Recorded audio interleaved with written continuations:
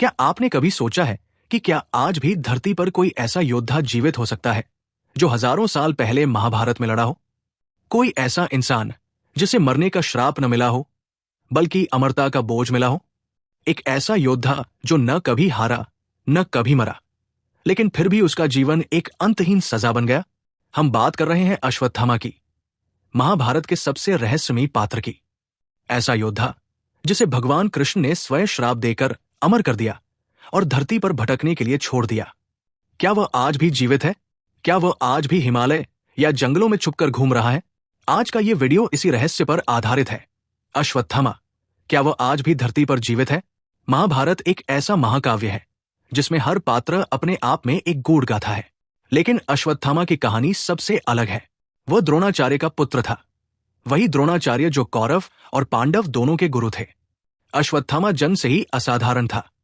ऐसा कहा जाता है कि वह देवताओं के राजा इंद्र के वरदान से पैदा हुआ था। उसकी माता कृपि ने कई वर्षों तक तपस्या की थी ताकि उन्हें एक अद्वितीय संतान प्राप्त हो, और उसी तप के फलस्वरूप अश्वत्थामा का जन्म हुआ। उसका जन्म ही एक दिव्य रत्न के साथ हुआ था जो उसकी मस्तक पर स्थित था। इस रत्न के कारण अश्वत्थामा को कोई भी बीमारी, कोई भी हथियार या कोई भी शक्ति नुकसान नहीं पहुंचा सकती थी। वो अमर था, न मारने योग्य न हराने योग्य। महाभारत के युद्ध में अश्वत्थामा कौरवों की ओर से लड़ा। वो अर्जुन और भीम जैसे महारथियों से भिड़ा और कई बार उन्हें पराजित करने के करीब भी पहुंचा। लेकिन कहानी में मोड़ तब आता है जब उसके पिता द्रोणाचार्य की मृत्यु होती है। ये मृत्यु भी बहुत दुखद और छलपूर्ण थी। युधिष्ठिर ने झूठ बोलकर कहा कि अश्वत्थामा मारा गया, जबकि ऐसा नहीं हुआ था। इसी झूठ के कारण द्रोणाचार्य ने शस्त्र त्याग दिए और धृष्टद्युम्न ने उन्हें मार डाला। जब अश्वत्थामा को यह पता चला तो वो क्रोध से पागल हो गया। उसके भीतर बदले की आग जल उठी। उसने ये तय कर लिया कि वो पांडवों की नस्ल ही समाप्त कर देगा। उसने रात्रि में पांडवों के शिविर में हमला किया और 5 पुत्रों को, जिन्हें पांडव पुत्र समझा गया, मार डाला।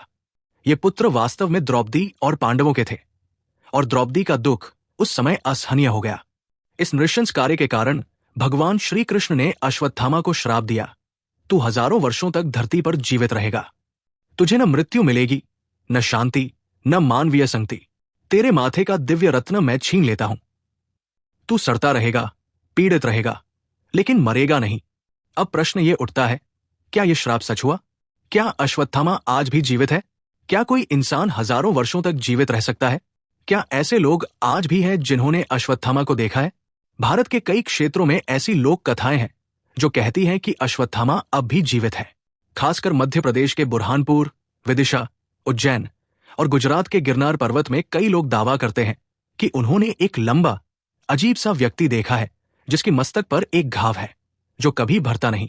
19वीं सदी में एक ब्रिटिश डॉक्टर ने अपनी डायरी में लिखा था कि एक साधु उसके पास इलाज के लिए आया था, जिसके मस्तक पर एक रहस्यमयी घाव था और वो किसी भी दवा से ठीक नहीं हो रहा था।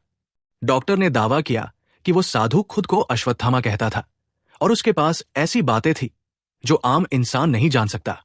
यह भी कहा जाता है कि भारत के कई तीर्थ स्थानों पर, विशेषकर महाकाल मंदिर, काशी विश्वनाथ और बद्रीनाथ में, कुछ पुरोहितों ने ऐसे व्यक्तियों को देखा है जो अचानक प्रकट होते हैं, पूजा करते हैं और फिर अदृश्य हो जाते हैं।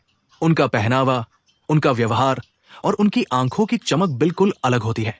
कहा जाता है कि ये कोई और नहीं बल्कि अश्वत्थामा है। वैज्ञानिक दृष्टिकोण से देखें तो किसी भी इंसान का हजारों वर्षों तक जीवित रहना संभव नहीं है। मानव शरीर में इतनी उम्र की क्षमता नहीं है। लेकिन क्या हो अगर वो इंसान आम न हो? अश्वत्थामा कोई साधारण मनुष्य नहीं था।